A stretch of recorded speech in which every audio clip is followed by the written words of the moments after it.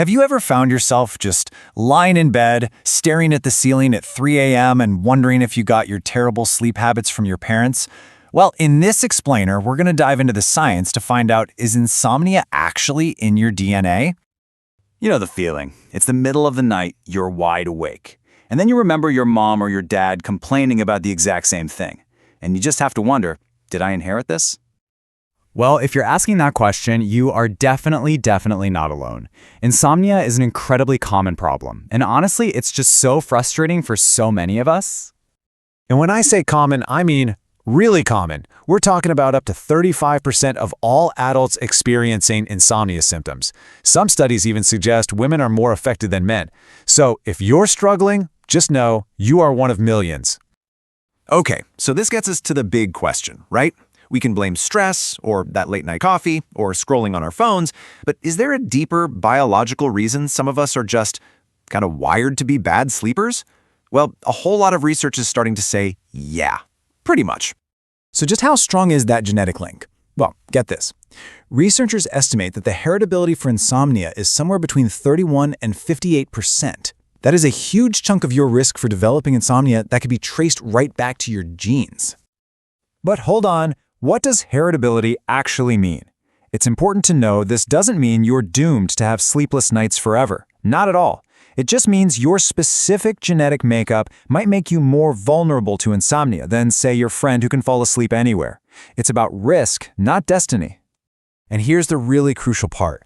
Having a gene for something is one thing, but whether that gene is actually turned on is a whole other story.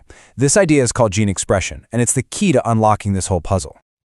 Let's think of it like this. Your DNA is like a giant cookbook, and it's filled with thousands and thousands of recipes. But gene expression, that's the chef. The chef is the one who decides which recipes to actually cook tonight.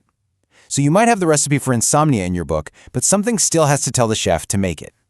So how does this actually play out in our bodies? Well, for someone who sleeps easily, when it's bedtime, their body's arousal system gets a clear message to power down. But for someone with that genetic risk, the gene that's supposed to act like an off switch might not get turned on. The chef never gets the order, and the result is a brain that just stays in overdrive, which makes it so hard to relax and drift off to sleep. Now, it would be nice if it was as simple as finding one single insomnia gene, right? But, of course, it's way more complicated than that. The genetic blueprint for sleep is this incredibly complex network of genes, and they can be linked to other conditions too. Actually, studies have found some pretty surprising genetic connections between insomnia and things like depression, ADHD, and even diabetes and cardiovascular disease. It's just a powerful reminder of how connected everything in our body really is. This is also why you'll often hear insomnia called a hyperarousal disorder. It means if you're genetically predisposed, you might just be more sensitive to stress. You know, that big deadline at work or a family worry might just hit your sleep way harder than it would for someone else. Okay, so we've talked a lot about the genetic risks, but here is the good news, and it's really good news. You are not powerless here, not even close. Even if your genes are kind of stacking the deck against you, you can still totally win this game. So let's build your good sleep playbook. First up, you have to actively calm that over-aroused system down. A consistent, relaxing bedtime routine like reading a book or meditating instead of scrolling on your phone is a huge signal to your brain that it's time to sleep. And you gotta be ruthless with caffeine. It can mess with your sleep even 6 hours after you drink it. Your body has this amazing internal clock, your circadian rhythm, and it is your best friend. Getting regular exercise, especially if you can do it outside in the morning sunlight, helps lock in that natural cycle. It tells your body when to be awake and alert and when it's time to wind down. And if you feel like you need a little more support, you should definitely look into what's considered the gold standard treatment. It's called CBTI.